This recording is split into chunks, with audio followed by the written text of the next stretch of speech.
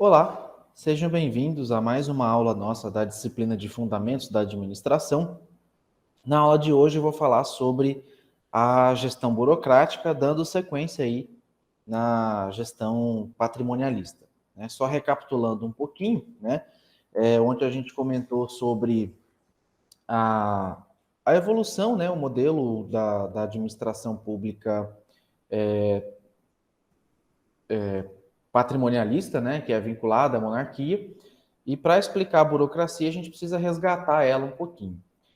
Então, contextualizando esse período da monarquia, a República Velha. Em 1808, a comitiva real chegava no Rio de Janeiro e que até então, Rio de Janeiro passava a ser a sede do Império Português. Só que em 1808 marcou a transição para a independência, que aconteceria em 1822. Junto com Dom João VI, aportou na colônia uma quantidade grande de nobres, cortesões, comerciantes, militares, em conjunto com altos funcionários e representantes da máquina portuguesa.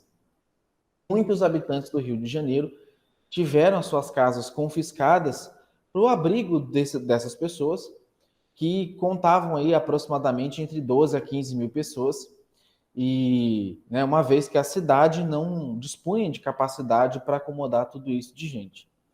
E mais ou menos 2.000 pessoas tiveram as suas casas confiscadas sem nenhuma forma de indenização que compensasse. As casas escolhidas, né, eleitas para o confisco da corte, recebiam um carimbo de PR, que significava príncipe regente, mas esse carimbo ficou conhecido como ponha-se na rua. Essa prática, né, de tomar o privado pelo público gerou muito descontentamento dos moradores locais. Imaginem aí vocês perdendo a casa de vocês, o espaço de vocês, para esse, né, um rei, um governante que chega e simplesmente toma o seu espaço. E aí o rei apressou a organizar o seu corpo ministerial por meio da criação de 4 pastas, né, que seriam equivalentes aí a 4 ministérios. Então, ele organizou em negócios de guerra e estrangeiro, que são assuntos ligados à defesa do espaço, à conquista de novos espaços, defesa do território, entre outras. A Marinha, que era dedicada também em parte à guerra, mas mais relativa ao comércio e não à defesa, ao ataque em si. A Fazenda, que era a parte de arrecadação aí dos impostos, cobrança dos impostos e tributos. E o interior, que é o que cuidava das demandas, que recebiam as demandas e com isso acabava sanando ou atendendo aí as melhorias que a população pedia, que eram bem poucas. Então, estava dada aí a partida para o emprego público abrigar tanta gente que aqui chegou. Então, essa é outra característica, né, marcante do patrimonialismo, que é o excesso do quadro de pessoal, o excesso de pessoas, muitas vezes, sem funções ou com funções desnecessárias. A partir de 1818, criou-se uma política de atração de migrantes europeus, tanto para o desenvolvimento de atividade agrícola, como também para as artes e ciências. Então, chegou num ponto em que tinha muita gente para mandar, muita gente empregada em cargos públicos e pouca gente para botar a mão na massa, pouca gente para fazer.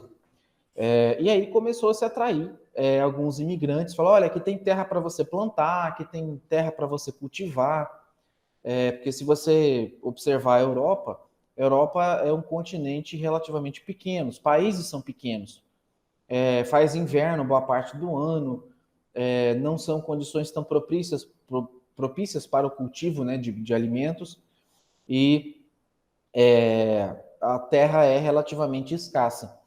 Então o pessoal veio para cá e acabou recebendo grandes pedaços de terra para poder cultivar. Quem assistia a novela vai lembrar aí de Terra Nostra, várias novelas aí, filmes já retrataram esse período de migração, né, de outros países para cá. Em termos de gestão pública, essas práticas continuavam vinculadas ao patrimonialismo. Até aqui não houve mudança. E portanto, não se verificou avanços no sentido de readaptar o sistema monárquico patrimonial de governo à ex-colônia promovida pelo reino. Isso porque o modelo político, o eixo político, era o mesmo, né? Bem difundido, historicamente difundido em um reino que deveria servir à casta mais dominante, os nobres, os burgueses e o alto clero. Tá? Em abril de 1821, Dom João VI retornou a Portugal, que na época vivia tempo de transformação política, né? A Revolução Liberal do Porto havia instituído, na verdade, havia destituído o governo português e o regente inglês, bem como expulsado tropas napoleônicas, que são tropas francesas. Né? Tendo sido vitoriosa a Revolução, uma junta provisória assume o governo de Portugal e exige o retorno imediato de Dom João VI, que né, em 1820 estava aqui, em 1821 estava aqui pelo Brasil. E aí, né, com o retorno de Dom João VI, uma proposta de recolonização a Portugal não previa nem mais um governo central no Brasil, mas sim a divisão do seu território em algumas províncias dotadas de certas autonomias, sendo seus governantes militares indicados pela Corte de Portugal. Então, o que antes você tinha um poder centralizado em Portugal e uma extensão desse poder que era totalmente vinculado a Portugal, começava a se surgir a ideia de desvincular os poderes, e aí por que a adoção de uso militar? Porque o militar ele é altamente subordinado, ele é fortemente obediente a uma hierarquia superior. Então, ao partir, Dom João VI deixou no Brasil seu filho, Dom Pedro I, como príncipe regente. As cortes constituintes portuguesas também passaram a exigir o retorno de Dom Pedro I para Portugal. O pessoal lá em Portugal estava meio puto, assim, porque estava, você não está fazendo direito nenhum nem outro, né? Ou concentra tudo aqui e larga a mão desse Brasil aí, né? Ou muda o sistema de gestão.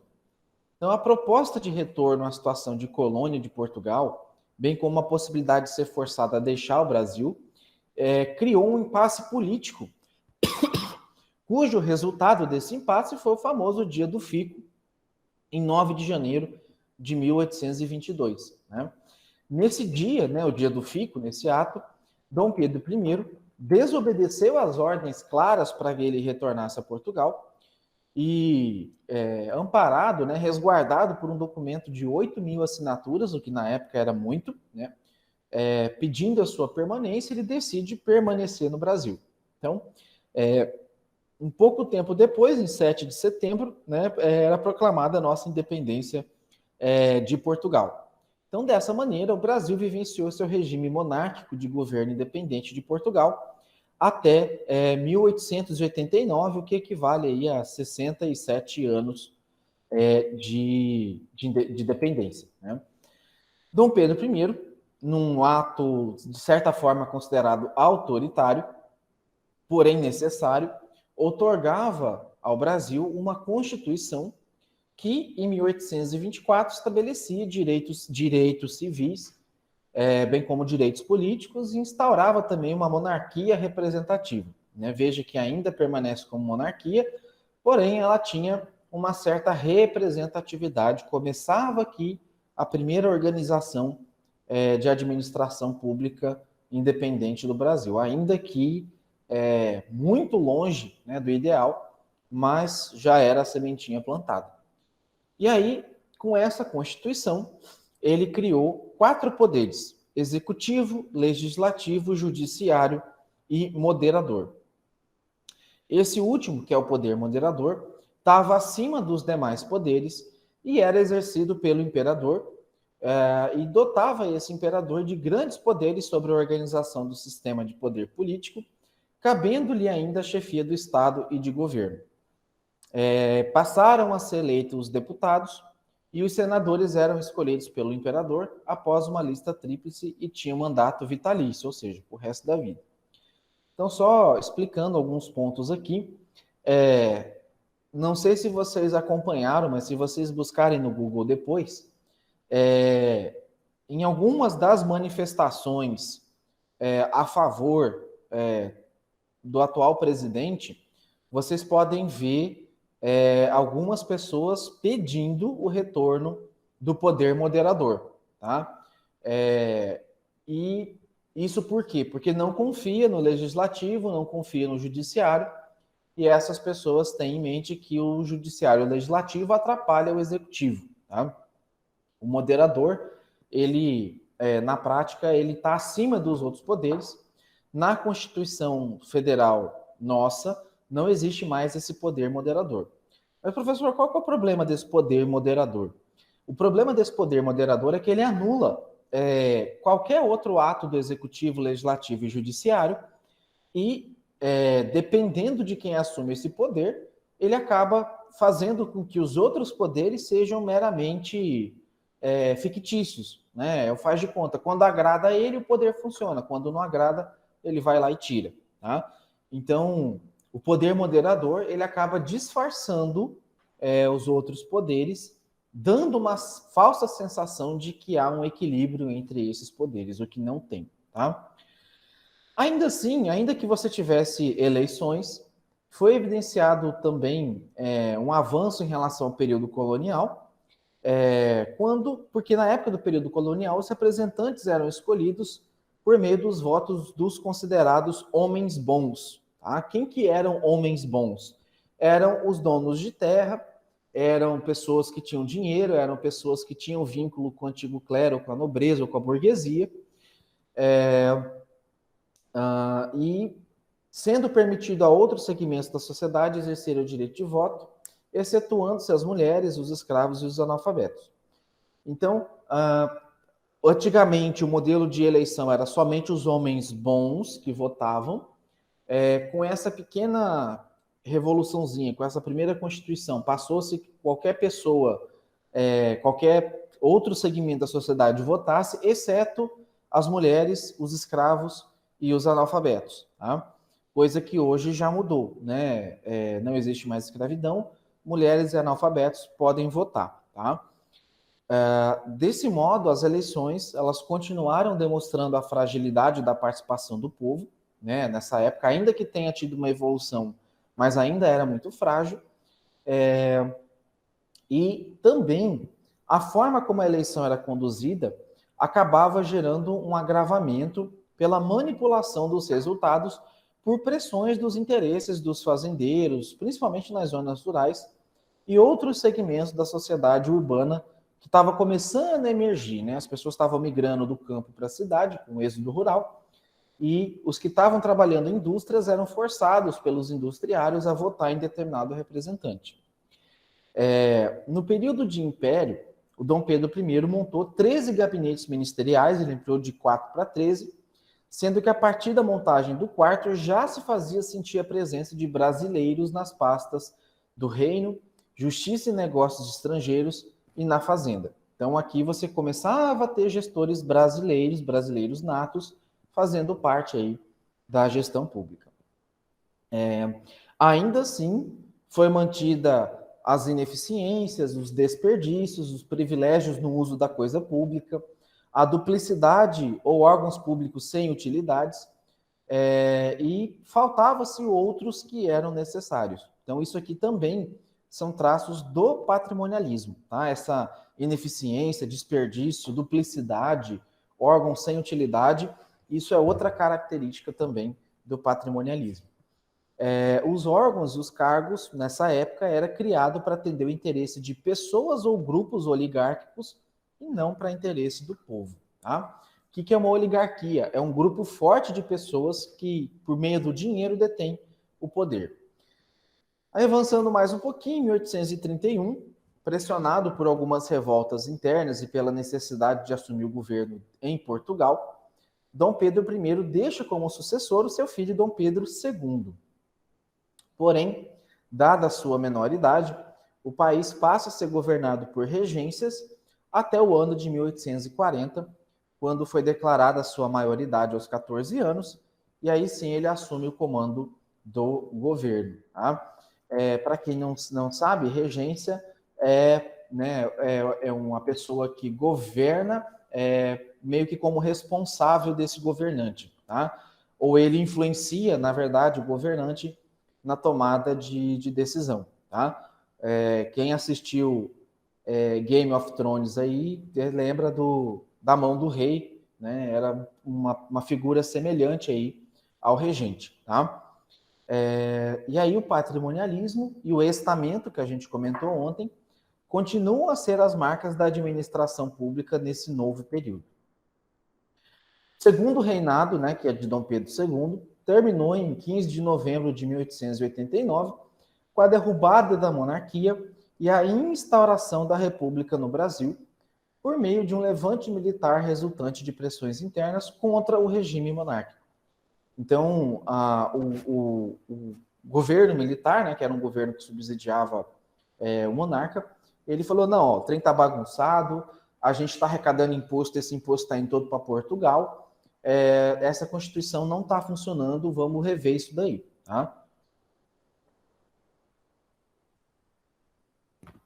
Liderado pelos militares, o regime republicano começava a ser instituído no Brasil, tendo como primeiro presidente o Marechal Deodoro da Fonseca. Só que, mais uma vez, o povo ficou à margem desse processo, cabendo ao movimento das elites, com forte base oligárquica rural, forçar o fim da monarquia no Brasil. Então, aqui a gente tem duas figuras importantes que são a força dos fazendeiros, do pessoal rural e pessoal do campo e o apoio dos militares. Por isso que no atual governo federal as pessoas se assustam, né, com movimentos de militares e com o movimento do agronegócio, porque justamente esse tipo de movimento remonta ao início da República Velha no Brasil. Tá? Então, isso só para explicar. Às vezes a gente vê manifestações aí na TV, às vezes a gente vê jornal, algumas pessoas preocupadas com o que está acontecendo no Brasil, justamente porque a história nos conta que já houve um passado não muito distante em que as coisas não deram muito certo. Tá? E que parece que esse filme vai voltar novamente. Em 1891, foi conhecida a primeira Constituição republicana, tá? Do Brasil, porque aquela primeira foi a monárquica, tá? E nessa Constituição foi extinto o poder moderador. Foi extinto também o Senado vitalício, dentre outras marcas do sistema político da monarquia, e foi adotado o modelo de presidencialismo com o presidente eleito pelo voto direto, ainda que não secreto, para exercer os mandatos de 4 anos sem direito à reeleição. Então, só recapitulando também, relembrando, o voto anterior, né, era um voto aberto. Então, isso dava direito, como é ainda, né, nesse modelo aqui, ele não era um voto secreto e isso dava o direito, na verdade, gerava o efeito de voto de cabresto, que eu vou explicar já já. Então, o Poder Legislativo passou a contar com a Câmara dos Deputados e o Senado Federal, e esses dois poderes compunham o Congresso Nacional. A Câmara dos Deputados eram voltados para assuntos mais internos e o Senado Federal voltado para assuntos mais externos. Tá? Os estados, que até então eram as ex-províncias, ao adotarem o regime federativo, passaram a ter mais autonomia e a poder organizar suas leis próprias, desde que respeitados os princípios constitucionais gerais. E aqui a gente relembra da aula anterior que eu falei sobre o modelo de Estado unitário e de Estado federativo. Até coloquei o slide aqui que comentei sobre isso. Né? Então, a partir de aqui, começa a se assumir o Estado unitário. Tá? O patrimonialismo ele continuou marcante nas relações entre Estado, né, ou seja, a coisa pública, e a sociedade brasileira, bem como também foi a primeira fase republicana conhecida como República Velha, que durou de 1889 até 1930, mais ou menos aí 41 anos. Os coronéis passaram a exercer poder econômico, militar e político, tornando-se os grandes mandatários locais, com vínculo às grandes propriedades localizadas nas zonas rurais brasileiras, configurando assim uma oligarquia rural poderosíssima.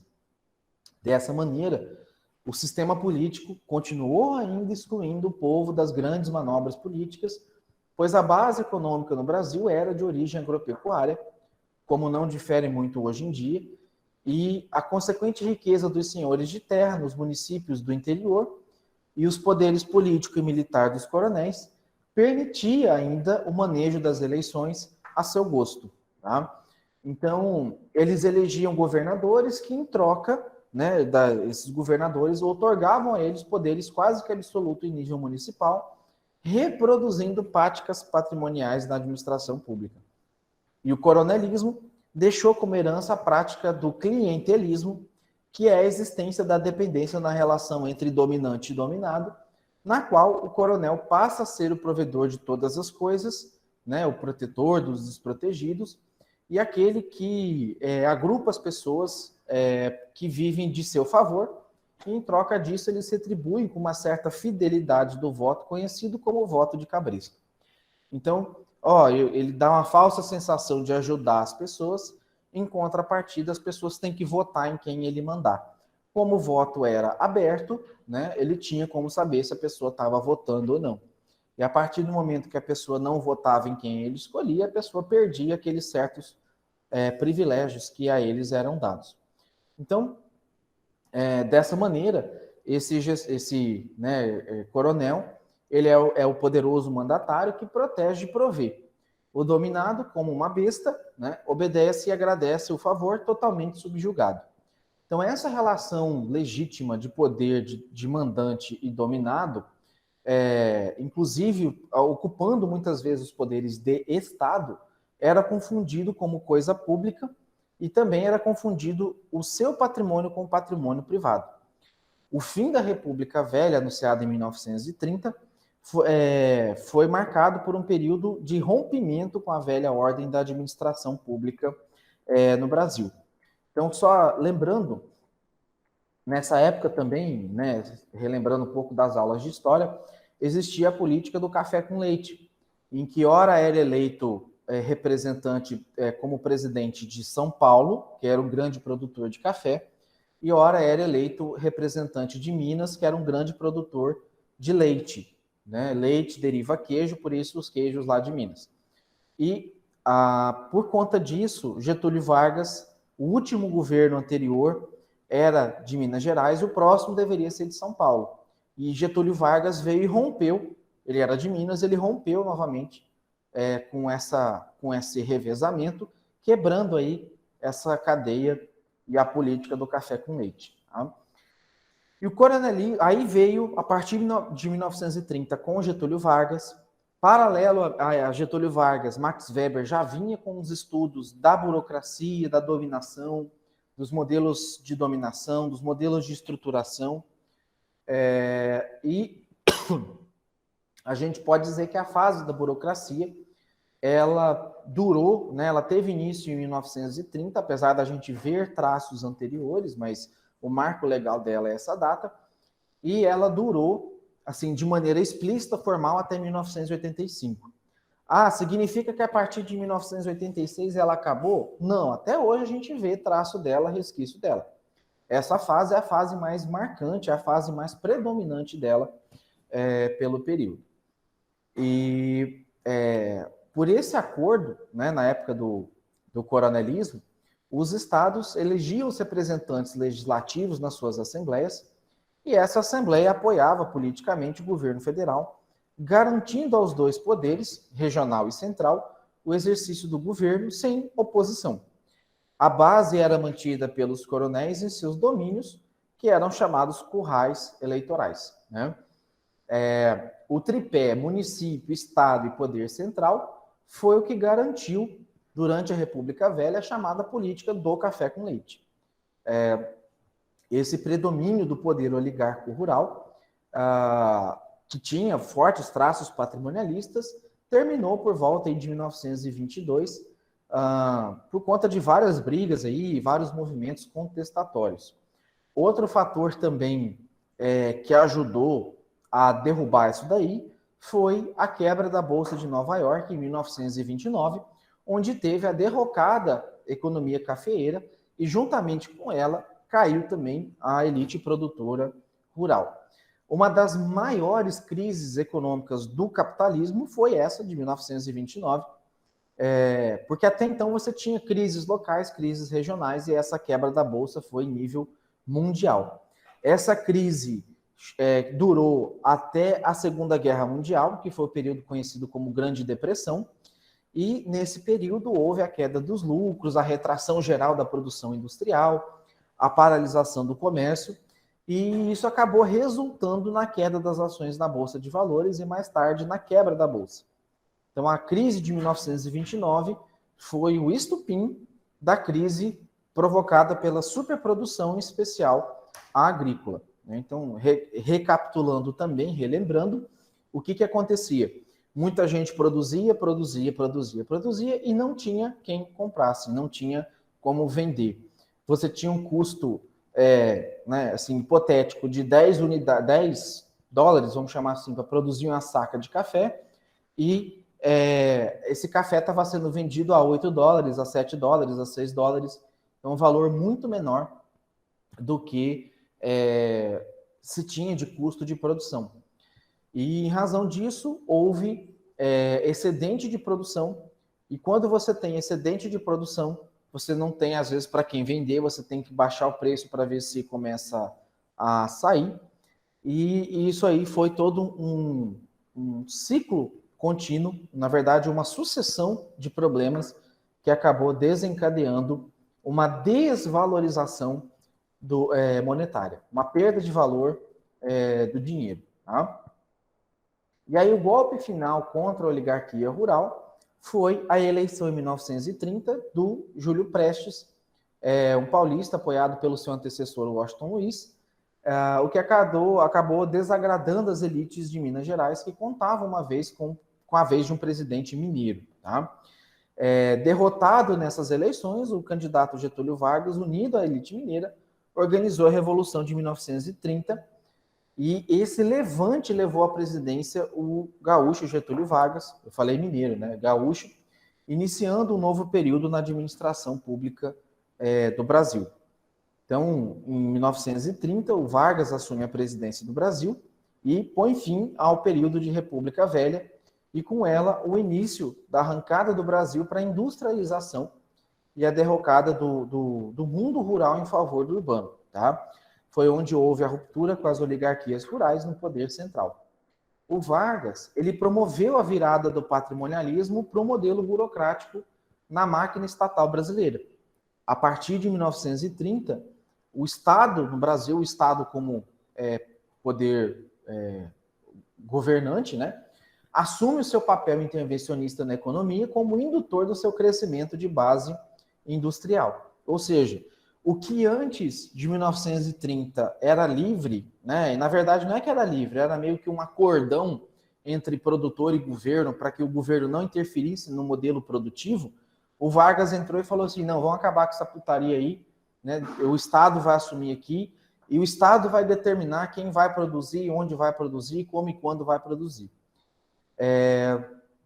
E também ele parava de atender a interesses dos ruralistas para atender o interesse, de fato, da população. Então, aqui começa a virada de chave, tá? Lembrando que os ruralistas perderam muito poder, aí leia-se poder, dinheiro, em razão da quebra da Bolsa, né, de Nova York, o início, né, da desvalorização do preço do café, e com isso eles perderam essa força de eleger, de colocar alguém aí eleito que atendesse ao interesse deles.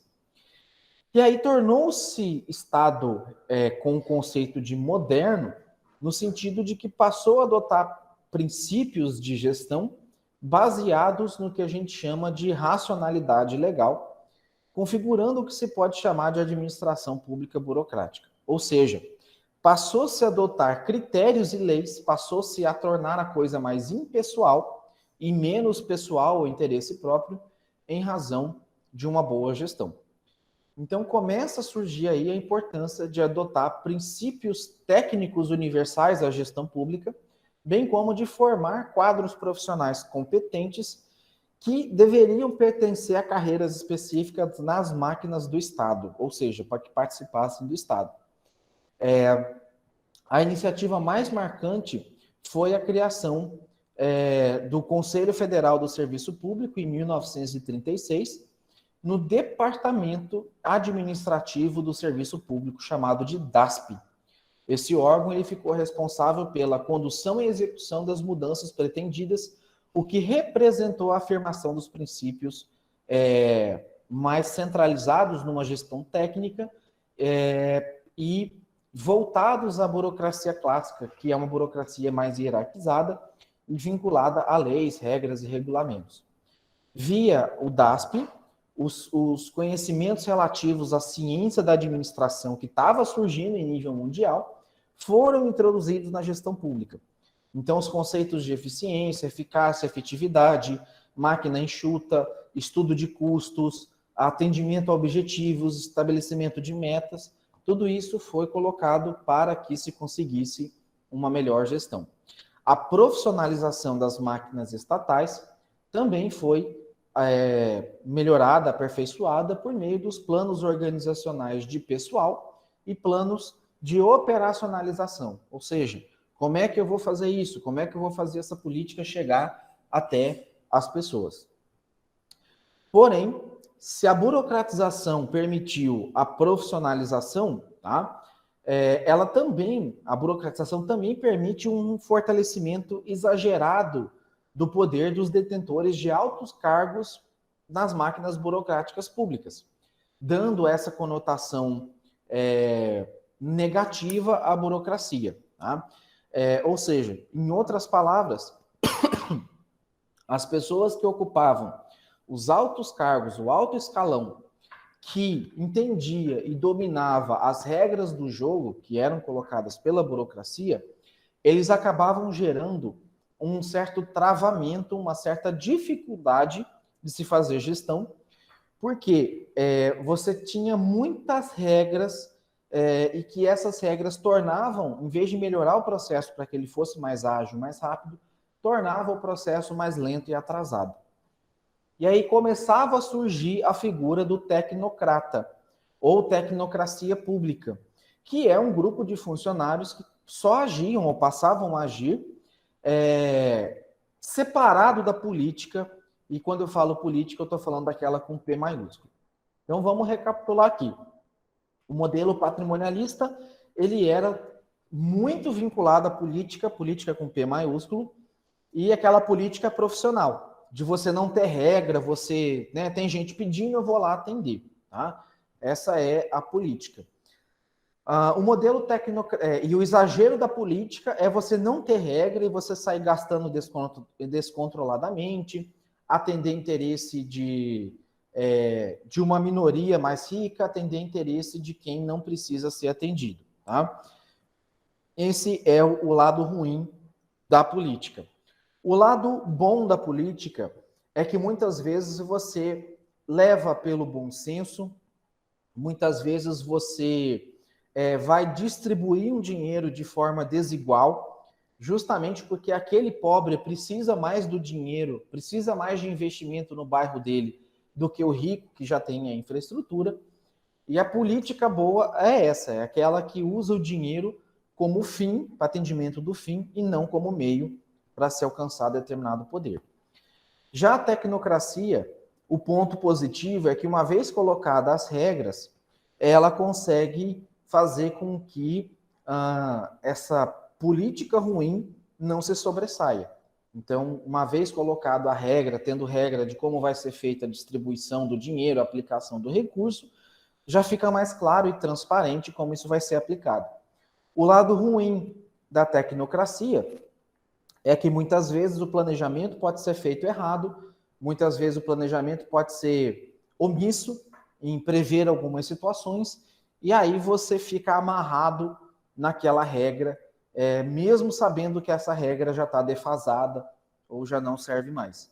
O exemplo da tecnocracia numa receita de bolo, vocês vão lá, compram um bolo de caixinha, e na receita do bolo de caixinha está dizendo que é para ficar no forno a 180 graus por 30 minutos. E aí, com 20 minutos, você está vendo que está queimando o bolo, mas você fala assim, não, a caixinha fala que é 30 minutos, então é 30 minutos que eu vou deixar o bolo. E o bolo queima. Ele não falou qual era o tamanho do forno. Ele não falou se de fato, né, não é porque seu forno está marcando que é 180 graus ali, que de fato vai ser 180 graus. Então, a tecnocracia é isso, ela não enxerga o que está acontecendo, ela enxerga a regra, ela enxerga o meio e não o fim. Tá? Então, em nome do saber técnico, os tecnocratas passaram a praticar uma gestão na qual a população, não detendo esse mesmo conhecimento, acabava ficando isolada. Então, para coibir o exercício da política com P minúsculo, foi institucionalizado um tipo de conduta que descolava a sociedade civil do processo decisório, delegando à tecnocracia a responsabilidade pela definição e condução das políticas de governo.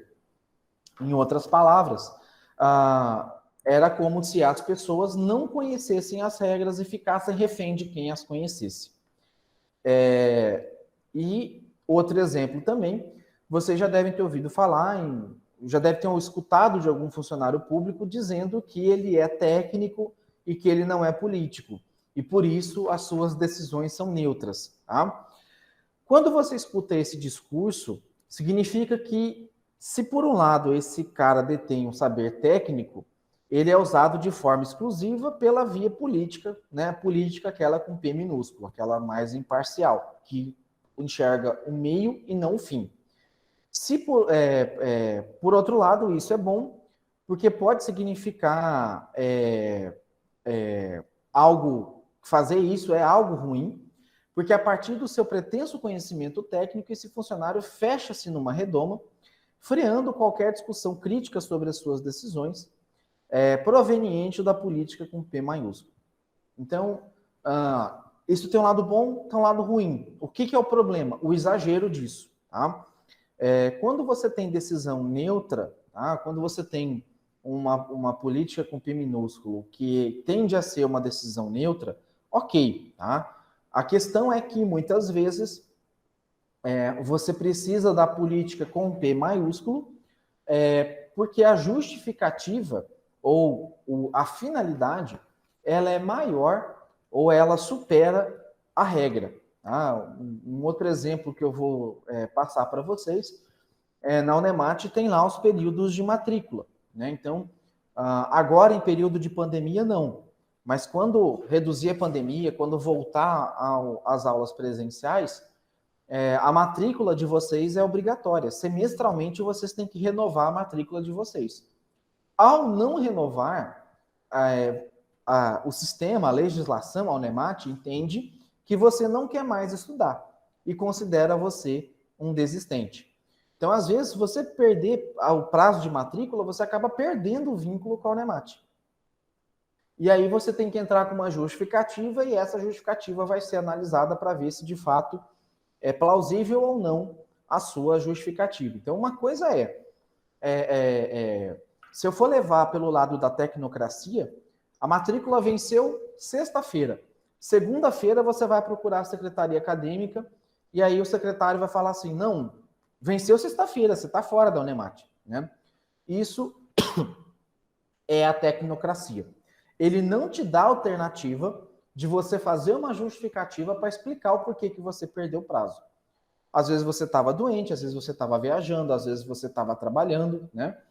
Agora, a pessoa procura a secretaria acadêmica 6 meses depois, 1 ano depois, 1 ano e meio depois, né, de não ter feito a matrícula e entra com o requerimento. Vai ser aceito? Não, não vai ser aceito. A não ser que ela justificasse que ela ficou internada em coma esse 1 ano e meio. Né? Se fora isso, não tem justificativa, não cabe a justificativa. A análise da justificativa seria a política com P maiúsculo, porque ela julgaria o fim e não o meio. Tá? Então é importante a gente observar que a burocratização na administração pública brasileira ela foi dada num contexto histórico a partir de 1930 e após a crise da economia cafeira no Brasil, e começou-se a se inserir na economia industrial. A urbanização era um fenômeno cada vez mais crescente, porque as pessoas estavam migrando, não tinha mais emprego no campo, né? Elas estavam migrando para a cidade. E aí isso fez as pessoas saindo do campo, indo para a cidade, não tendo onde morar, não tendo onde trabalhar, não tendo o que comer, isso forçou o Estado a agir de maneira mais intervencionista. Como assim? Ele deveria agir como agente indutor de um novo pacto de desenvolvimento econômico e social. Então, o Estado passou a ser responsável por ter que providenciar moradia, emprego, renda, alimentação para essas pessoas. E aí a gente pode afirmar que essa burocratização não foi dada ao acaso, mas sim vinculada a novas exigências de um país que estava passando por grandes transformações. Começou com Vargas, depois a gente teve o JK, o Juscelino Kubitschek, de 1956 a 1961, e no governo do JK, ele tinha uma visão de planejamento governamental forte, derivado de planos ambiciosos, um derivado de planos de meta, que tinha como objetivo fazer o Brasil crescer 50 anos em 5. Tá? Depois do JK, tomou como posse o presidente João Goulart, conhecido como Jango, e o Jango deu início ao que foi chamado de reforma de base, onde ele propunha mudanças profundas na educação, na posse de propriedade urbana e rural, foi chamada de reforma agrária, no processo eleitoral e na administração tributária. O Jango ele foi deposto, né, em março de 64 pelo golpe militar, que deu origem a outra fase ditatorial no governo do Brasil, que durou até mais ou menos 1985. Os militares eles deram continuidade ao modelo desenvolvimentista, entretanto, sobre a forma de um regime mais autoritário, o que, né, antes, até 1955 a 64, era experimentado um modelo democrático mais participativo, mais inclusivo. Os governos militares inauguraram o que se pode chamar de segunda fase das reformas administrativas brasileiras, e essa iniciativa trouxe uma conjugação entre o aperfeiçoamento da burocracia e certa flexibilidade do Estado em busca da sua agilidade, da sua melhoria, que era prejudicada pelos mandamentos rígidos da burocracia.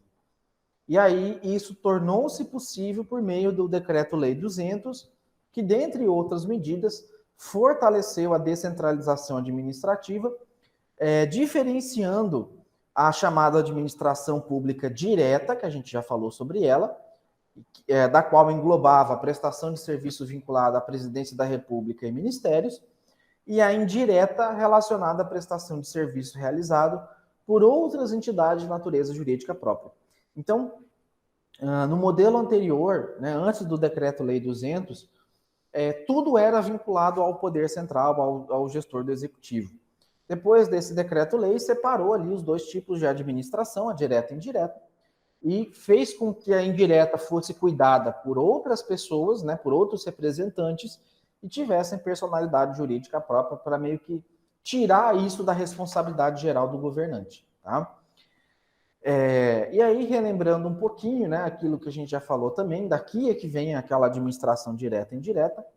Né? A administração direta é composta pela presidência e pelos ministérios, e tem a presidência da República, os ministérios.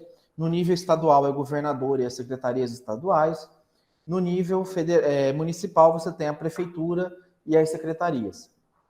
A administração indireta é aquelas que é vinculado a uma administração direta, porém elas têm gestão descentralizada.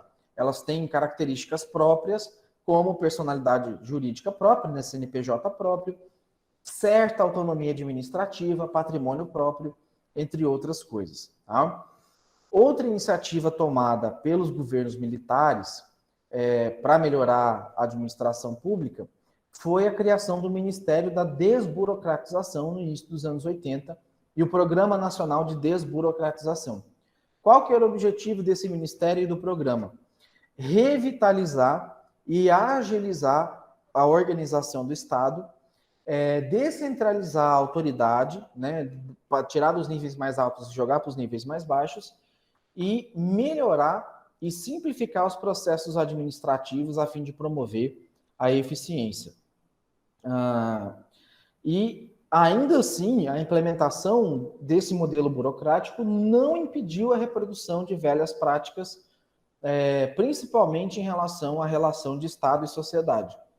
Então, ainda algumas práticas eram percebidas, como a questão do clientelismo, corporativismo, universalismo, tá? E aí, né, por conta dessas práticas, você tinha um novo Estado que tinha uma roupa nova, mas um jeito velho ainda de governar, né? E todos esses modelos, né, eram prejudiciais ainda à gestão pública. O clientelismo, ele se refere a mecanismos de controle de certos recursos materiais, né? Ele não obedece nenhum critério formal jurídico. O corporativismo envolve mediar interesses via instrumentos, tá? O universalismo é um conjunto de regras de ação que baseia-se no princípio de igualdade e tratamento dos cidadãos perante as leis. E o insulamento burocrático é a definição de instrumentos que promovem certa proteção do núcleo técnico do Estado. Ou seja, ainda assim você via alguma dessas práticas no modelo burocrático.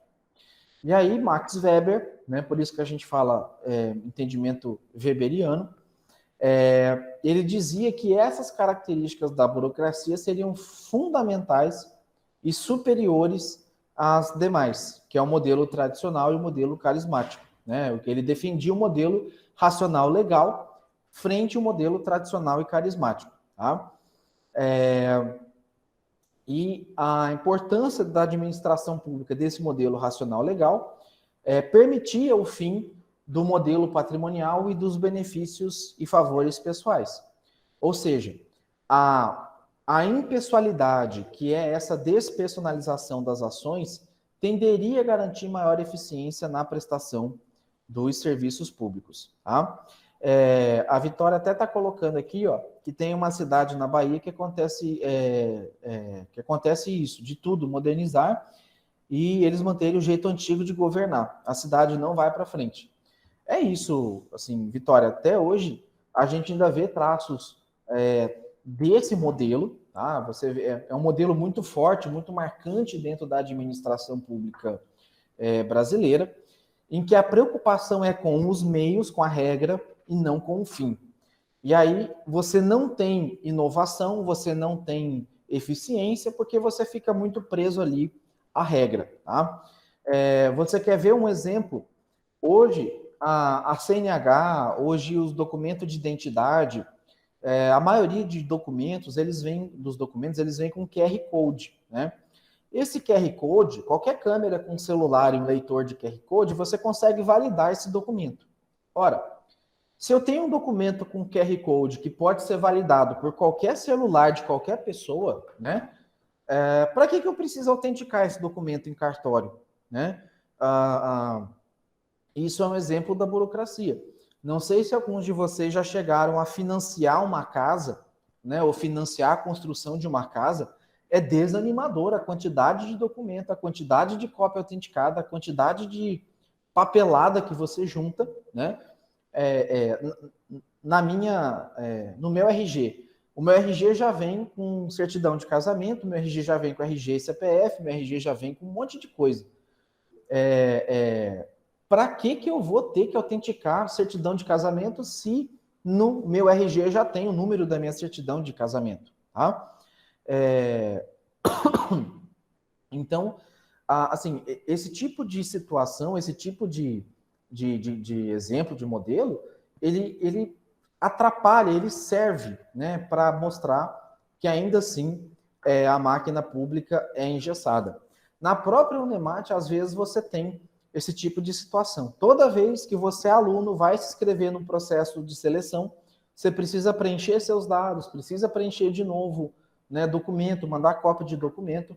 Ora, se você já teve esses documentos validados pela secretaria acadêmica, por que você precisa provar que o seu RG é aquele, que o seu CPF é aquele? Né? Então, tem uma comissão na Unemat já discutindo esses pontos. A questão, por exemplo, do título eleitoral. Né?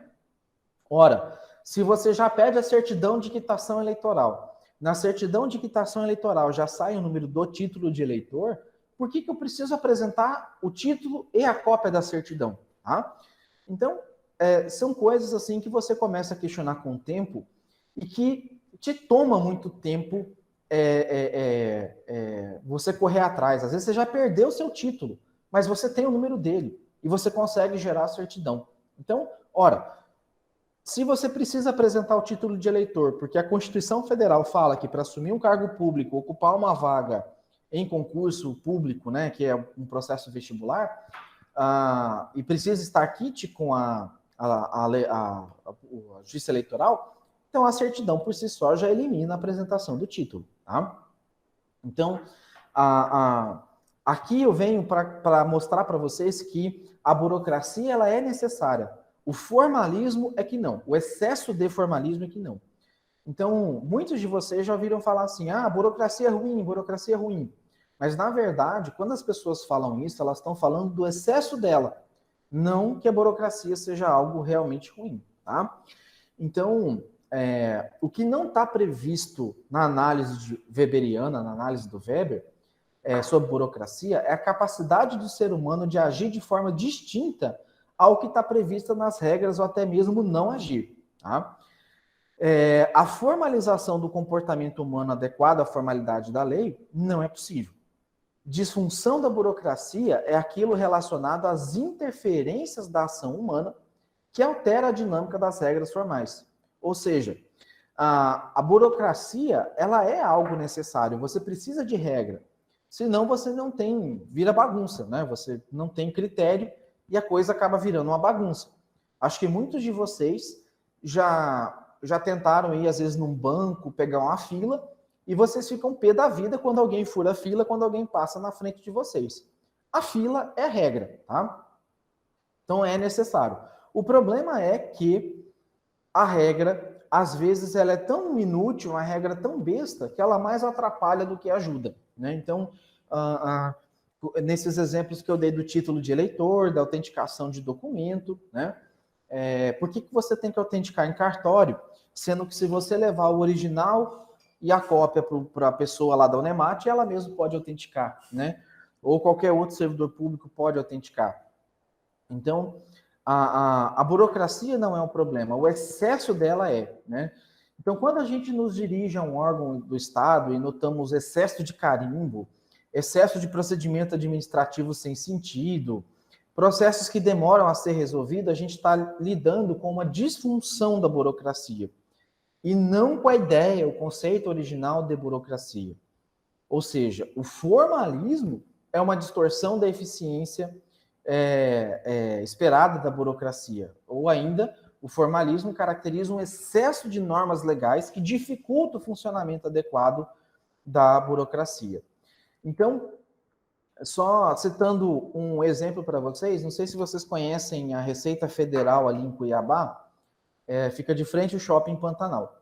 Alguns anos atrás eu fui lá, precisava ir num setor e quando você entra lá, eles perguntam, né? Faz uma identificação sua, faz um cadastro seu, pergunta onde você vai, vou no setor tal. Fala, tá bom, então você vai no setor tal, ok. Aí eles te dão um papelzinho, né? Com esse papelzinho você é atendido pela pessoa, a pessoa carimba o papelzinho, assina um papelzinho dizendo que você foi lá e foi atendido, e no final você vai lá, entrega isso na recepção e sai. Nesse dia que eu fui lá, o elevador não estava funcionando e eu estava com uma baita dor no joelho. Eu custei subir aquelas escadas para chegar até o setor. Fui atendido e esqueci de pegar a assinatura lá no bendito do papelzinho. Faltava acho que uns 10 degraus para eu terminar de descer a escada, de quase 100 degraus que eu já tinha subido e descido. E aí eu falei, não, tem que subir essa escada tudo de novo para pegar a assinatura no bendito papelzinho. Eu falei, não dá não. Olhei para um lado, olhei para o outro, fui lá e eu mesmo fiz um rabisco qualquer no papelzinho e, morrendo de medo, fui lá entregar na saída, né? Aí o guarda, a pessoa que estava lá, pegou o papelzinho e jogou numa caixa que estava assim do lado. Aí eu falei, vou testar esse negócio aqui, né? Eu falei, rapaz, isso é bom, hein? Você confere a assinatura de quantas pessoas aqui dentro? Ele falou, aqui trabalha mais de 1.000 pessoas, eu não tenho como conferir a assinatura, não. Eu olho assim, o papel está assinado, eu deixo sair. Se o papel não está assinado, eu mando voltar, tá? Ora, então, Se você tem uma regra que é colocada, para qual que é a ideia dessa regra? É para que eu, Gustavo, diga que vou num setor e para que no meio do caminho eu não passe nesse setor, que eu só vá naquele setor, que eu não use a desculpa para ir no setor A e depois eu tento ir no setor B, C ou D, que não está agendado, que eu não tenho permissão de ir. Essa é a regra, para isso que serve esse tipo de conferência, né? Se ele não confere que eu fui no setor correto, né, o sistema não está funcionando adequadamente. Se a regra não funciona adequadamente, para que ter a regra? Tá? Esse é o X da questão. É isso que você, do ponto de vista de administrador, de gestor, questiona. Então, como contador, como contabilista, esse é o papel que vocês muitas vezes vão ter. Ora, por que a regra é desse jeito? Né? Sempre que vocês tentarem entender a regra e por que ela foi colocada, dá para vocês tentarem inovar, dá para vocês tentarem fazer diferente e dá para vocês tentarem fazer melhor, para tornar o processo mais rápido. Isso evita que isso passe 2, 3 vezes no mesmo setor, isso evita várias situações. Tá?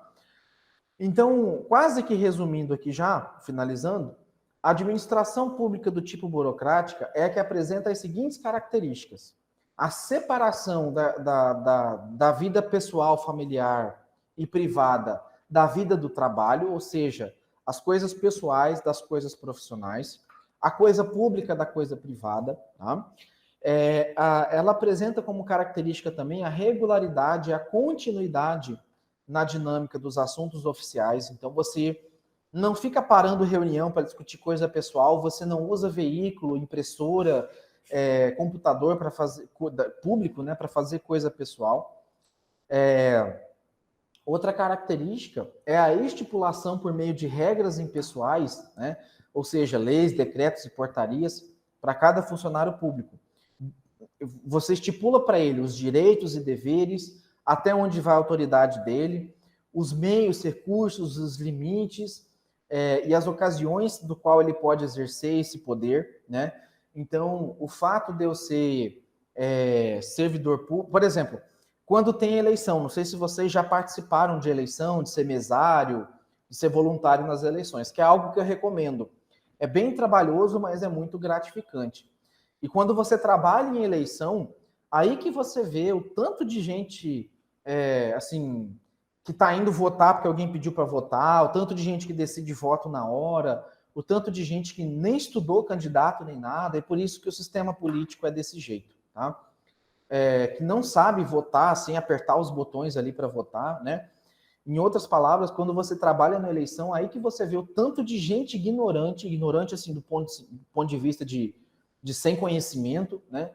É responsável muitas vezes por eleger ali os representantes que nos governam. Tá? É por isso que massa de manobra, por isso que fake news impregna desse tanto. Tá? Façam essa experiência. Ano que vem tem eleição, tentem trabalhar nas eleições. E onde que eu queria chegar falando aqui de eleições? No dia da eleição, você que é mesário, você recebe um crachá que você tem prioridade de voto por conta disso, né? Por conta do seu trabalho para a justiça eleitoral. O fato de você ter esse tipo de prioridade não te dá, às vezes, o direito de passar na frente de uma senhora de 90 anos que foi lá votar, né? Não te dá, às vezes, o direito de passar na frente de uma grávida que está ali, né? Então, assim, o fato de você ter tido delegado a você uma certa prioridade, né? Te limita à ocasião de exercê-la. Ou seja, você tem que ter bom senso, você tem que ter um certo cuidado, bom senso na hora de aplicar esse certo poder que é lhe dado, né? A Vitória colocou aqui, vou ser mestria, mesário. Mesário não recebe nada, pessoal. No máximo comida, no máximo um lanche, uma boia. Nessa última eleição que teve, na verdade, por conta da pandemia, a Justiça Eleitoral pagou como se fosse um vale, pagou ali de R$45, R$40, para que as pessoas pudessem comprar uma alimentação e tal. Foi bem diferente, assim, na verdade foi a primeira vez que pagou algum valor na eleição. Fora isso, geralmente o pessoal recebe um lanche de manhã, recebe almoço, recebe um lanche da tarde e água ali o tempo todo, né? É permitido que você almoce em casa, almoce fora, desde que você combine ali com os colegas e não faça ali 2 horas de almoço. É sair, almoçar e voltar. Mas assim, é legal, pessoal, é bacana. É cansativo, mas é uma experiência bem válida. Ali você vê como é que funciona as eleições no Brasil, tá? Quem puder, né, quem quiser, geralmente a Justiça Eleitoral, uns 2, 3 meses antes da eleição, ela abre no site do TSE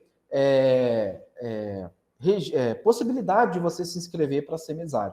Desde 2008, todas as eleições de 2008 para cá, eu sempre trabalhei, tá? Eu falo trabalho, mas né, não tem nada de remuneração. Outra questão também, outra característica da burocracia, é uma definição de hierarquia administrativa, ou seja, um organograma, em que ele vai estabelecer as relações de poder. Quando eu falo relação de poder, eu estou dizendo em relação de quem manda e quem obedece. Não necessariamente na rigorosidade disso. Ah, você tem que obedecer o que eu estou mandando, né? Hoje, você tem que ter certo cuidado na condução. Quando eu falei de autoridade e responsabilidade, eu estou vinculando também ao uso do poder, né? Todo poder, ele vem junto com uma autoridade e responsabilidade. Então, não é sair usando como se você fosse o dono de tudo, tá? Outra característica é que a burocracia, ela difere o que é recurso público do que é recurso privado. E quando se fala em recurso público, ela exige a prestação de conta desse recurso, tá? A burocracia, ela também visa a criação de cargo público que não é exclusivo do seu ocupante. Então, aquele cargo pode ser ocupado por todas as pessoas, por qualquer pessoa, né, apta, obviamente, diferente do patrimonialismo, que o cargo era criado para aquela pessoa, tá? E aí, portanto, esse cargo não pode ser vendido, não pode ser herdado, não pode ser concedido, né? Então, antigamente, né, no modelo patrimonialista, se eu fosse servidor público e eu quisesse passar esse cargo, vender esse cargo para o meu irmão para eu virar fazendeiro, eu poderia fazer, né? Ou vender esse cargo, dar esse cargo para alguém para eu assumir outro, eu poderia fazer. Hoje não se pode mais, tá? Outra característica também é que o ingresso nos cargos da administração pública, eles devem ou deveriam ocorrer por meio de carreiras e via concurso público, tá?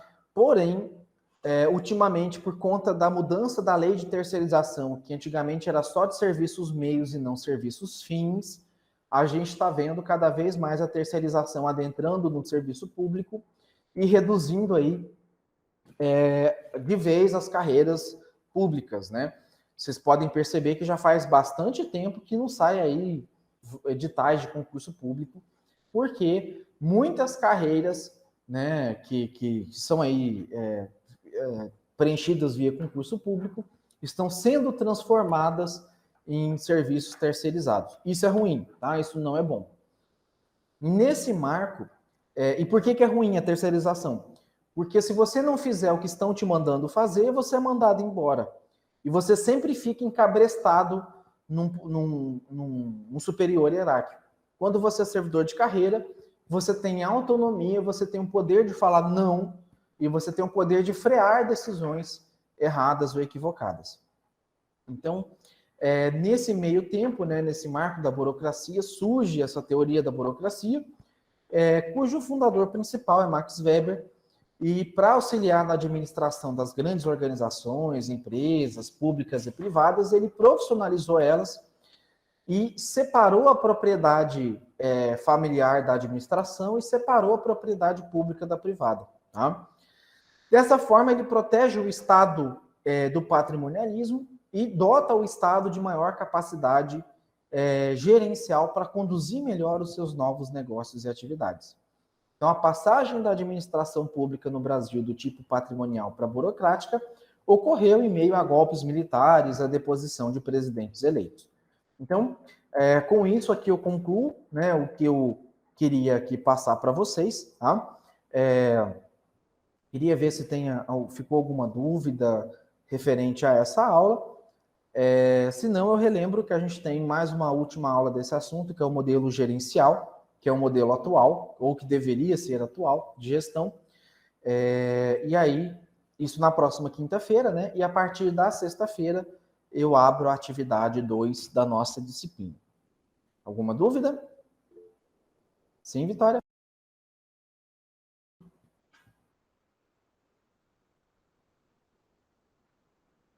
Pode falar, se quiser abrir o microfone, tá?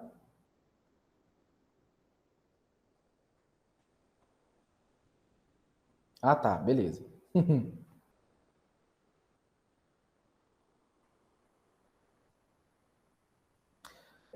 Vou sim, Agatha. Vou deixar 4 tentativas, tá? Vocês estão começando agora, primeiro semestre e tal. Geralmente eu pego mais leve no primeiro semestre. Outros professores não pegam tão leves assim, tá? Geralmente os professores costumam deixar 2, no máximo 3 tentativas. Eu vou deixar 4 porque esse conteúdo é bem extenso, tá? E eu quero que avalie vocês da melhor maneira possível. E, né, bastante conteúdo para essa atividade.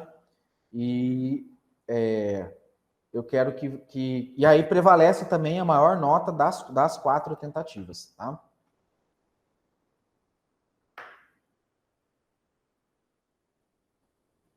Ah, tá, Vitória. O livro que geralmente eu uso, lá dentro da disciplina, lá no final, na parte de referências, tem lá. Tem um que está na biblioteca virtual e tem um que eu já coloquei o PDF, tá? Esse assunto aqui em si, dessa unidade, eu vou ver se eu posto lá de novo, que é um livro da Teorias da Administração Pública, tá? Mas eu vou ver se eu complemento ele lá. Deixa eu até, se for o caso aqui, ó, peraí, Teorias da Administração Pública, PNAP. Ele, inclusive, tem até disponível na internet. Depois eu posto lá no SIGA também. Esse aqui você baixa ele direto, deixa eu colocar o link aqui no chat, tá? Depois eu posto ele lá no SIGA, tá? As aulas, deixa eu ver aqui, essa aqui é a 8. 8, 9, 10, eu tirei desse livro específico aqui que eu posto lá. O restante das outras aulas é o que já está postado no SIGA, tá? Só que, assim, basicamente o que está nos slides é o que eu tiro dos livros. Então, os slides estão até mais resumidos do que está no livro. Mas se quiser complementar, fica à vontade, tá? Janaína também está perguntando que dia que vai ser a atividade, tá? A atividade, Janaína, ela vai do dia, deixa eu pegar aqui, 5 de novembro a 7 de novembro, né? Então vai começar na sexta e vai até o domingo. Vocês podem fazer tudo na sexta, no sábado, no domingo, né? Eu vou lembrando vocês aí dos prazos, né? Eu vou postando lá no grupo. E aí vocês fazem no dia e horário que ficar melhor para vocês, tá? São 10 questões por tentativa e são 50 minutos por tentativa. Geralmente eu deixo isso porque o SIGA costuma cair com 50 minutos de tempo de sessão. Então, para não ter esse problema, eu limito ali nos 50 minutos. Tá certo? Vou encerrar aqui então a gravação, pessoal, para não ficar tão extenso. Tá? Hoje à noite já está postado, eu já postei a de ontem à noite. E hoje à noite eu já posto essa aula aqui para quem não conseguiu assistir. No mais, desejo aí um bom final de semana. Quem está com os conteúdos atrasados, aproveita aí o feriado para colocar em dia. E qualquer dúvida, estou aí à disposição para sanar. Tá? Um abraço. Tchau, tchau.